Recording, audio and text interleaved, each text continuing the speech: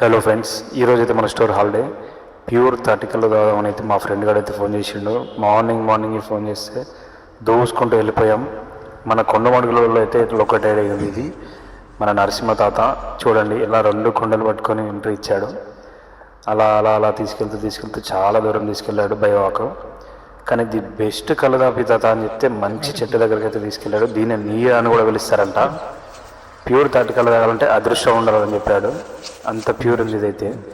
ఎందుకంటే మనం ముందే తెలంగాణలో తెలుసు కదా, ముక్క చుక్క మ్యాండేటరీ ఇక్కడ.